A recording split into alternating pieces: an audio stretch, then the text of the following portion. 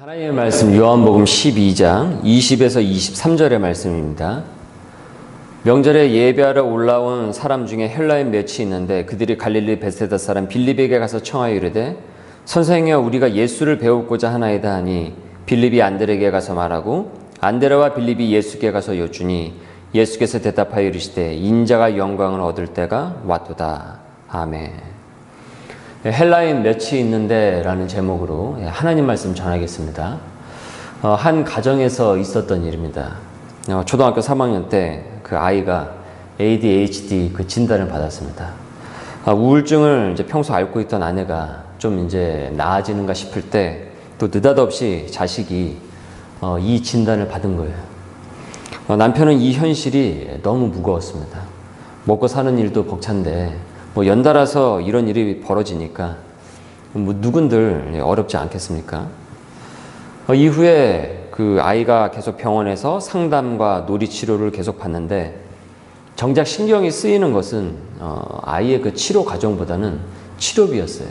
그러니까 아이가 병원에 이렇게 갔다 올 때마다 이제 그 병원비가 청구가 되는데 그것이 이제 경제적인 부담으로 다가오게 됐던 것이죠. 그래서 조금 아이가 병원을 갔다 오고 나서 좀 이렇게 호전이 된다 싶으면은 아내에게 이제는 그만 병원에 다녀도 되지 않겠냐 이렇게 물어봤어요. 그러다가 이제 그 교회 소그룹 모임 시간에 이 이야기가 이제 흘러 나온 것이죠. 코로나 전이었으니까는 뭐 부담 없이 모여서 이제 쭉 이야기가 소그룹 시간에 이제 실타래가 풀려지듯이 나오는데 아내가 얼마나 힘들었는지 그 힘든 속내와 걱정스러운 그 아이의 상태에 대한 얘기들이 쫙 펼쳐지게 된 거예요. 그 모임 시간에. 공동체 식구들은 그 얘기를 쭉 듣고서는 아이가 스스로 그만 다니고 싶다고 할 때가 좀 올 때까지 좀 기다려 보면서 그 치료를 좀 더 받는 것이 어떻겠냐 이런 어떤 진심 어린 권면을 했습니다. 남편이 그 이야기를 다 들었어요. 그 소그룹 모임을 하면서. 그리고 가만히 이제 생각을 해보니까 아이가 이 발병 진단을 받고 나서 2년 동안 단 한 번도 병원에 아이하고 가본 적이 없는 거예요. 우울증으로 힘들어하고 있는 그 아내에게 그저 맡겨버린 거예요. 뭐 병원에서 뭐래? 뭐 어떻대? 이렇게 물어보기만 했지 정작 같이 아이와 함께 그 치료 과정에 대해서 본인이 적극적으로 그 어떤 양육에 참여하지 않았던 것이죠. 그 얘기를 들으니까 이제 그것이 계속 떠올랐던 거예요. 내가 너무 무심한 아빠이자 남편이었구나. 게다가 또 계산적이었구나. 아주 큰 자책과 반성이 되었습니다. 그 순간이 돼서야 그 자신의 그 실상을 보게 된 거예요. 계산만 밝았지 아내와 아이의 상태에 대해서는 어두웠던 것이죠. 아빠로서, 남편으로서 큰 반성과 회개가 나왔어요. 이후에 엄마에게만 맡겨놓았던 그 아빠의 자리를 이제 채워가기 시작을 했습니다. 그러다가 하루는 병원에 이제 아이와 함께 가던 중에 아이가 이제는 병원에 이제 그만 가고 싶다라고 하는 거예요. 그래서 놀래서 이제 왜 그러냐고 이렇게 물어보니까 놀고 싶은데 병원 가서 계속 상담을 받으면 노는 시간이 줄어드니까 자신은 이제 더 이상 병원에 가고 싶지 않다라고 한 거예요. 그날 이제 병원에 가서 이제 상담을 마치고 의사 선생님과 아이의 상태에 대해서 이제 상담을 하는데 의사 선생님이 아이의 상태를 보더니 너무 좋아졌다라는 거예요. 이전보다. 그러면서 이제는 더 이상 오지 않아도 되겠다고, 이제는 치료를 마쳐도 되겠다라는 희소식을 들었습니다. 2년 동안 엄마 혼자 아이를 맡겼을 때보다 아빠와 함께 아이의 아픔을 같이 나누기 시작을 하고 그리고 얼마 후에 그 효과가 나타나게 됐던 거예요. 병원에 가서 상담도 상담이지만은 사실 이미 가정에서 그 치료가 이제 일어나고 있었던 것이죠. 그 아빠의 변화가 가정의 변화로까지 이어지게 된 것이죠. 하지만 그 변화가 일어날 수 있도록 그 교회 공동체, 진심 어린 마음으로 그 가정을 위해서 기도해주고 조언해준 그 어떤 버팀목과 같은 그 교회 공동체가 또 있었습니다. 이 가정은 어떻게 보면은 뭐 상당한 위기의 가정이죠. 엄마는 우울증을 앓고 있고 또 아들은 AD, HD 진단을 받았고 아빠는 양육을 함께 짊어지기보다는 애 병원비에 더 신경이 쓰이는 그 얼마인가 더 거기에 더 신경을 쓰고 있고 만일 이 얘기를 듣고 그 교회 공동체들이 이거 되게 문제가 있는 가정이네. 가까이 하지 말아야 되겠네. 라고 생각을 하고 끊어냈다고 한다면 단절이 일어나는 것이죠. 그러나 그 얘기를 듣고 오히려 기도해 주어야 되겠네. 그 가정이 바로 서도록 말씀으로 함께 같이 방향을 찾아야 되겠네. 라고 하면은 그 은혜의 치료의 역사가 함께 같이 이어지게 되는 것입니다. 물론 그 가정도 또 이들의 이 케어와 또 기도를 거절하지 않고 받아들인 것도 귀한 것이죠. 귀한 모습이죠. 여러분, 이 모습이요, 하나님께서 우리에게 교회를 허락하신 이유 중에 하나입니다. 교회를 통해서 이 이어짐이 계속 일어나도록 교회로 우리를 인도하신 거예요. 그래서 교회를 뭐라고 그러냐면 그리스도의 몸이다 라고 표현을 합니다. 그리스도 안에서 서로가 서로를 이어주고 보완해주고 또 나누는 거예요. 그리고 그 상처를 치유해주고 싸매주고. 여러분, 모든 일이 그렇죠.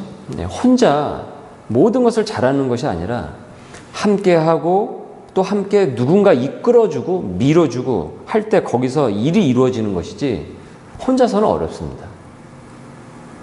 지금은 자의에 의해서든 타의에 의해서든 나 혼자 산다가 유행하는 시대인지라 이 개인주의화 된 지가 이제 오래됐죠. 먹는 것에도 이제 변화가 일어나서 코로나 전부터 1인 식당이다, 편의점도 1인 기획 상품이다, 그러면서 그런 매출이 크게 올랐다, 그런 얘기들 많이 보잖아요. 급기야 의학기술의 발전은 아이도 배우자 없이 인공수정으로 혼자 낳을 수 있는 세상이 되었단 말이에요. 그러니까 가족의 그 개념도 점점 최소화되고 있죠. 아파트에 이제 한 동에 같이 살아도 모르죠, 서로. 또 옆 라인이 누군지도 잘 모르고. 때로는 오히려 아는 척하면 싫어하기도 합니다. 해체주의적 그런 사고라고 해야 될까요?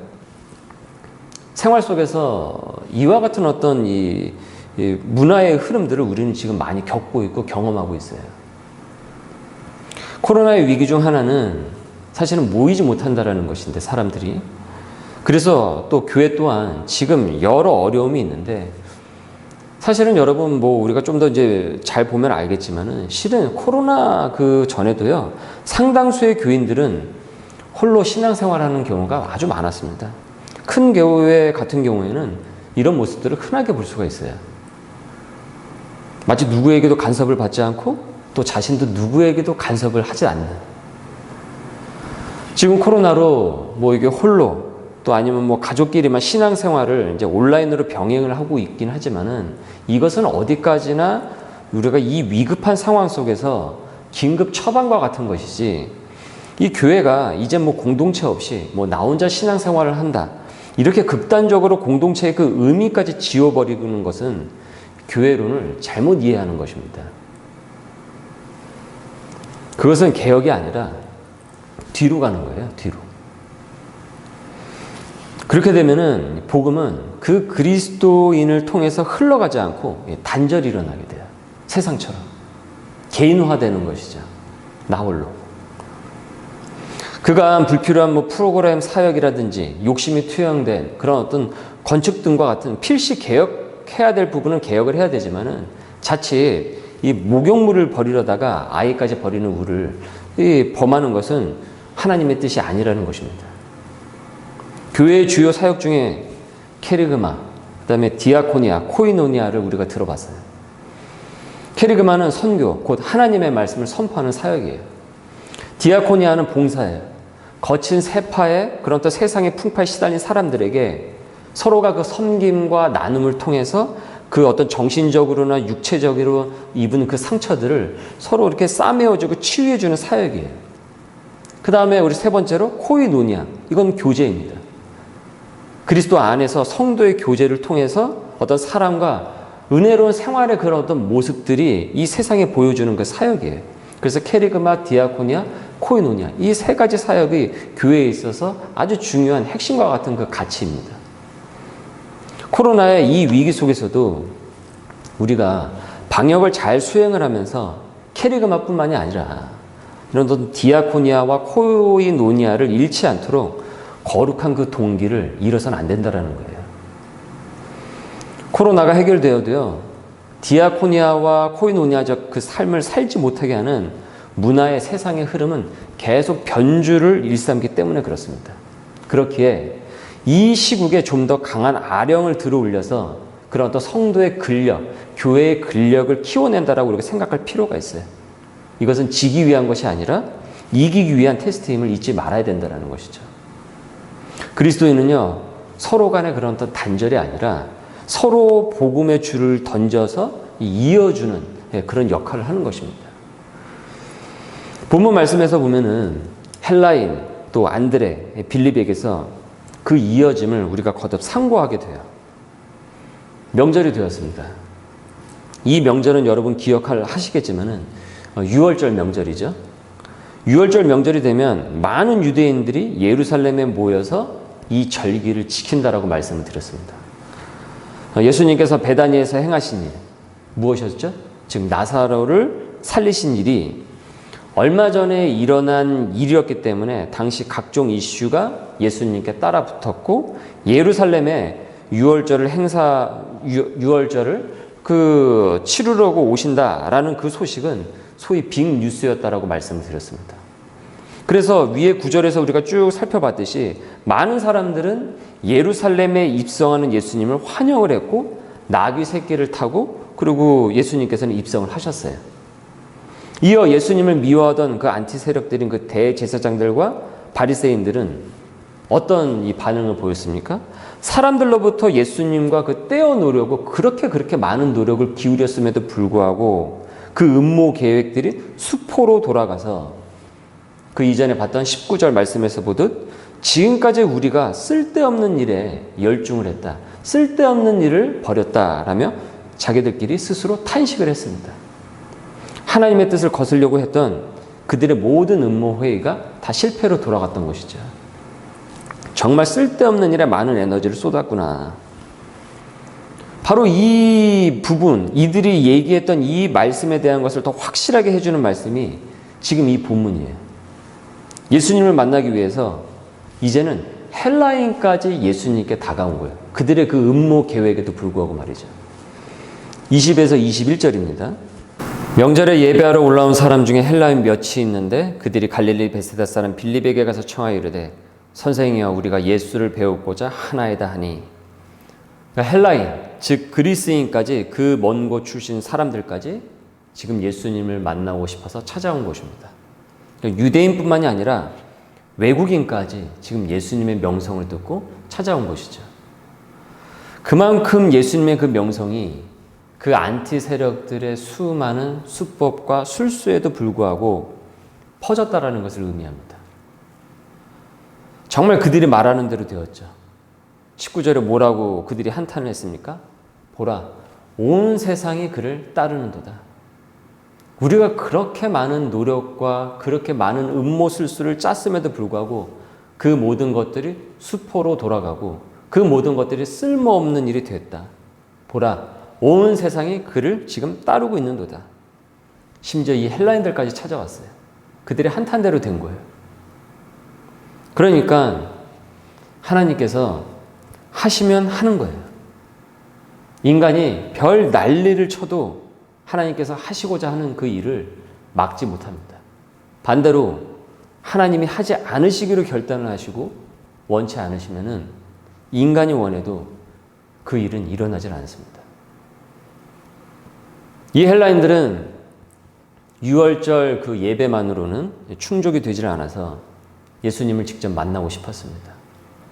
그리고 이 헬라인들은 이 제자 중에 빌립에게 찾아가서 좀 예수님을 좀 만나고 싶다라고 전합니다. 여기 말씀을 한번 보시면은 직접 가서 이들이 예수님을 만나볼 수 있음에도 왜 굳이 중간에 빌립에게 이렇게 간청을 했을까? 왜 이들은 빌립에게 먼저 가서 예수님 좀 만나게 해주면 안 되겠냐라고 이렇게 요청을 했을까요? 이는 이들이요, 조심스러웠다라는 거예요. 조심스러웠다고요. 왜 그런 거 하냐 하면, 당시 유대인들은요, 아주 그 선민의식이 강해서 자기 민족 외에는 이렇게 잘 어울리질 않았습니다. 경우에 따라서는 자기 민족과 다른 이방 민족과 어울리는 것을 아주 수치스럽게 여기기도 했어요. 그러니까 당신들하고 우리는 다르다라는 것이죠. 하나님께서는 우리 유대인들을 선택을 하셨다. 그런데 당신들은 아니다. 그래서 우리는 선민이고 당신들은 아니기 때문에 이방인이다. 이렇게 선민과 이방인으로 이렇게 구분을 지었습니다. 그러니까 선민이 이방인과 함께 어울릴 수가 없는 거죠. 상당히 그 배척주의가 강했어요. 요한복음 4장에서 보면은 사마리아 여인과 예수님께서 그 우물가에서 만나는 그 장면이 나오죠. 예수님께서 물을 달라고 그녀에게 먼저 말을 건네니까 그녀가 놀라면서, 아니 어떻게 유대인이 나 같은 사마리아 그 여자와 말을 섞습니까? 유대인은 사마리아인과 상종도 하지 않는데요 하면서 놀라서 반문을 한단 말이에요. 게다가 또 이 여자는 남편이 5이나 있었고 또 지금 만나는 뭐 사람도 정식 남편이 아니었던 아주 그 복잡한 사생활의 여자였단 말이죠. 그러니까 유대인이 어떻게 저 같은 또 여자에게 또 말을 거실 수가 있습니까? 사마리아인에다가 또 사생활도 복잡한데. 그러니까 이처럼 이런 이 당시의 문화가 이런 것이 굉장히 심했단 말이죠. 그런데 이 유대인들도 또 그렇게 원칙적이지도 않았던 것이 뭐냐면, 대표적 이방 민족이었던 대제국 로마 세력과는 또 필요에 따라 공생관계를 맺었습니다. 그러니까 사람 가려가면서 뭐 고무줄처럼 이랬다 저랬다 했다라는 것이죠. 자, 이렇게 이런 문화적 배경 속에서 이런 이 헬라인들은요, 이제 쑥스럽고 행여 이 자기들 같은 이방인이 지금 유대인인 예수님을 만나도 되는지 그런 마음의 부담감이 있었던 것이죠. 직접 찾아오기는 했는데. 더군다나 지금 예수님의 명성이 지금 가장 크게 전파가 되었을 때라 아마도 더 그랬겠죠. 저는 아마도 이 유대인들에게 이 사람들이 좀 이방인이라고 해서 좀 무시를 당했던 그런 어떤 기억이 있거나 이방인이라는 그 자격지심도 있지 않았을까? 그렇게 조심스레 짐작도 해봐요. 그러면 왜 빌립에게 가서 얘기를 했을까요? 빌립도 유대인인데 다른 사람도 아니고. 이 빌립은 헬라식 이름을 썼습니다. 이 빌립이 헬라식 이름이에요. 유대인 고유의 이름이 아니라. 빌립은 유대인이었지만 이름은 헬라식 이름을 썼다라는 것이죠. 아니, 유대인이 왜 헬라식 이름을 쓰는가? 우리가 성경의 수요 성서학당 때 성경의 숲을 이제 통해서 이 구약과 신약의 그 중간사를 우리가 한번 살펴본 적이 있습니다. 그 400년이라는 그 기간이 있었는데 그때 굵직한 세계사의 역사가 있었다고 말씀을 드렸어요. 그 중에 대표적인 사건이 하나 무엇이었습니까? 알렉산더 대왕의 그 출현, 그리고 그의 스승 아리스토텔레스에 의한 그런 헬라 문화의 전파였다라고 우리가 배웠어요. 저는 여러분이 안 까먹었을 것이라고 굳건히 믿겠습니다. 그 한국인이지만 때로는 그 외국식 이름을 쓰는 한국인도 있죠. 특히 연예인들 예명 같은 것은 어떻습니까? 죄다 다 영어죠. 그 영어 문화권에 이제 가까우니까 이제 영어식 예명을 쓰는 것이죠. 이 빌립이 지금의 영어로 이제 필립으로 이제 불려지게 되는 거죠. 그러니까 이처럼 유대인들 중에 이때 당시의 어떤 그 사회 생활과 문화권에 의해서 역사적인 상황 속에서 이런 헬라식의 이름을 쓰기도 했다라는 거예요. 빌립이 그랬던 것이죠. 부모가 이제 그렇게 지어줬겠죠. 더군다나 빌립이 살던 곳은요, 베세다 지역입니다. 이 베세다 지역은 이방 땅과 경계를 접하던 딱 그 지역이었기 때문에 유대인이 아닌 비유대인 사람들 또한 외국인도 상당수 살고 있었던 지역이었어요. 그래서 빌립에게 갔던 것이죠. 누군가는 그렇게 얘기를 하더라고요. 헬라인들이 보기에, 이 사람들이 보기에 좀 이렇게 말 걸기가 쉬웠을 것이라고. 그러니까 유대인이지만은 자신들처럼 헬라식 이름을 쓰고 또 사람도 좋아 보이고 그러니까 저기 그 예수님 좀 만나게 해주면 안 되겠냐고. 좀 주선 좀 해달라고. 뭐 우리도 그렇지 않습니까? 공통점이 좀 이렇게 보이는 사람에게 말 걸기가 더 쉬워요. 거기다 인상도 좋고 좀 이렇게 친절해 보이는 사람에게 말이 한 번 더 간단 말이죠. 자, 이 헬라인들의 말을 들은 빌립은요, 그들의 얘기를 잘 들어줘요. 매몰차게, 저는 이방인과는 상종하지 않습니다. 헬라인하고는 얘기하고 싶지 않습니다. 이렇게 하지 않습니다. 빌립은 잠깐만 기다려 보라고 그렇게 얘기를 했겠죠. 그리고는 바로 예수님께로 가는 것이 아니라 지금 누구에게 가고 있습니까? 안드레에게 가요. 안드레에게. 아니 왜 또 안드레에게 가는 걸까? 빌립은 예수님께 바로 가지 않고. 빌립도 다소 좀 걸리는 거예요. 무엇이 걸릴까요? 이방인을 이렇게 내가 예수님께 소개시켜줘도 되는가? 뭔가 그런 거예요. 말씀 한번 보십시오. 21절 22절입니다. 그들이 갈릴리 베세다 사람 빌립에게 가서 청하여 이르되 선생이여 우리가 예수를 배우고자 하나이다 하니 빌립이 안드레에게 가서 말하고 안드레와 빌립이 예수께 가서 여쭈니. 안드레에게 갔어요. 그런데 왜 하필 빌립은 다른 제자도 많은데 안드레에게 갔을까? 사실은 이게 상당히 재밌는 장면입니다. 안드레 이름도요, 헬라식 이름입니다. 그러니까 이 안드레가 후에 이제 영어에서는 앤드류로 사용이 되죠. 그리고 이 빌립과 안드레는요, 같은 동양이에요. 그러니까 같은 베세다 출신입니다. 예수님의 제자가 되기 전서부터 이미 알고 있던 사이였어요. 이 두 사람은. 그러니까 동질감을 느꼈겠죠. 이만저만 한데 저게 지금 헬라인들이 왔다고 예수님께 어떻게 말해도 될까? 전해도 될까? 서로 상의를 했던 것이죠. 그래서 빌립은 안드레에게 가서 얘기를 전했던 거예요. 그리고 둘이 예수님께 물어보자라고 이제 결정을 하고 예수님께 이제 향합니다. 안드레도 빌립에게 그냥 돌려보내. 게다가 6월절인데 바쁘고 예수님 요즘 얼마나 피곤하신데 이렇게 하면서 예수님 핑계를 대면서 그들을 돌려보내질 않아요.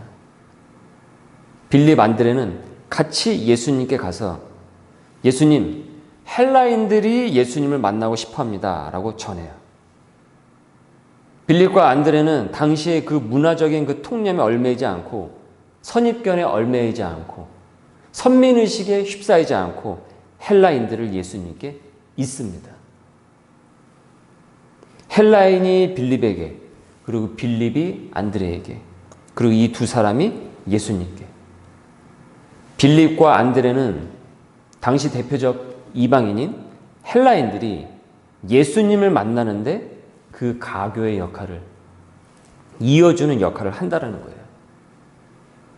선민의식, 우월감, 헬라인, 이방인에 대한 선입견을 갖고 있었다고 한다면은 헬라인들은 바로 면전에서 이 사람들에 의해서, 이 제자들에 의해서 무한하게 퇴짜를 맞았을 것입니다.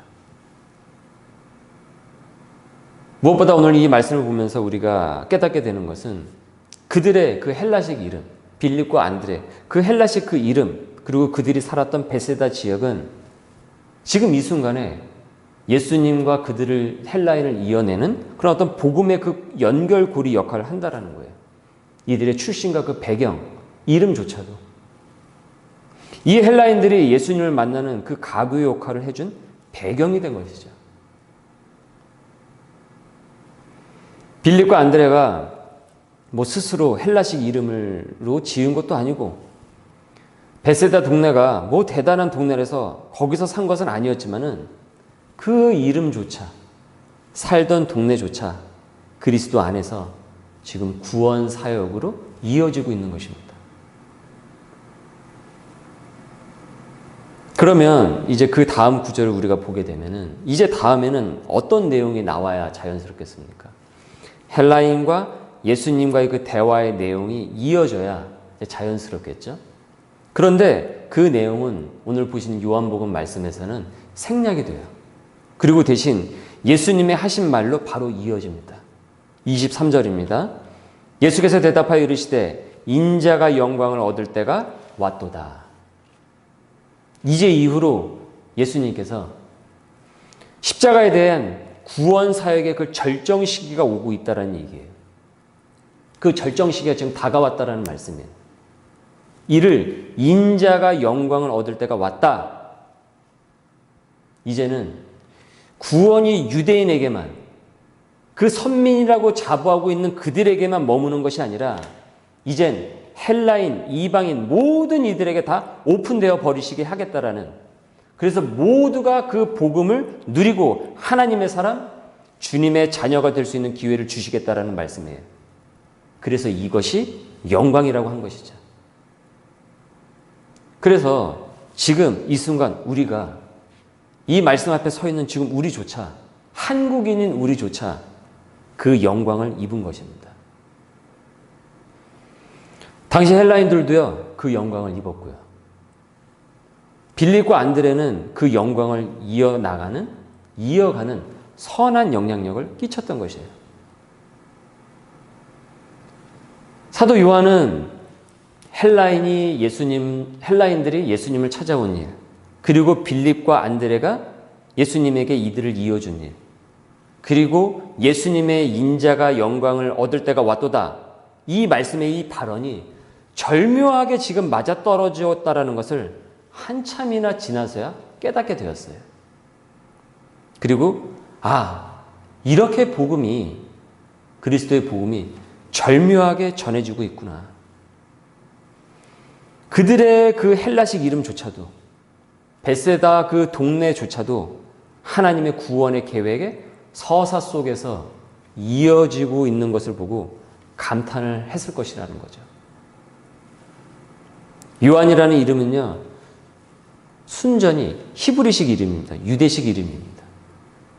그런 그에게 이름이 헬라식이냐 아니냐가 중요한 것이 아니라 지금 내 삶의 배경, 내 삶 속에서 일어난 그 일이 어떻게 그리스도와의 그 만남을 주선하는 일로 사용되느냐가 중요한 것이었어요. 그래서 그것은 생략을 하고 지금 바로 예수님의 말씀으로 이어지게 되는 것이죠. 여러분, 우리 교회 홈페이지 소개글에 이렇게 쓰여져 있어요.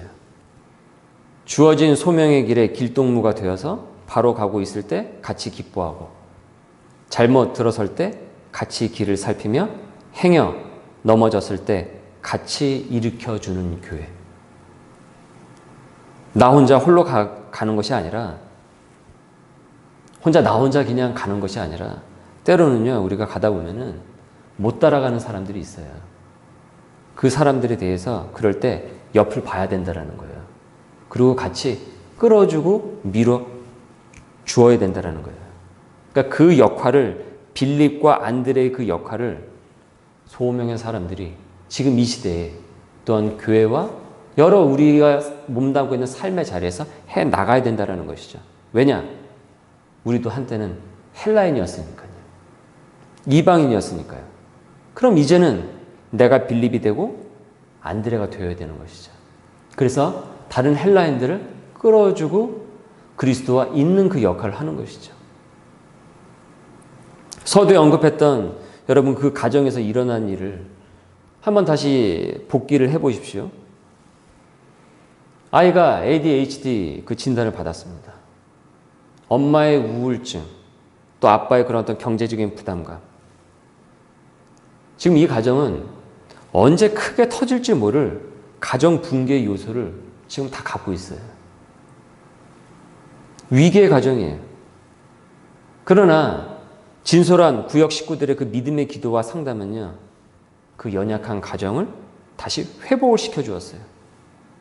밀어주고 또 끌어주니까 그 회복이 전해지게 된 것이죠. 분명히 그 구역 식구들도 한때는요, 헬라인처럼 누군가로부터 이어주어졌고 또 끌렸을 거예요. 끌어주었을 거예요. 그래서 디아코니아 코이노니아의 그 선한 연쇄 반응이 일어났던 것입니다. 요한복음 우리가 처음에 봤었던 첫 장, 1장.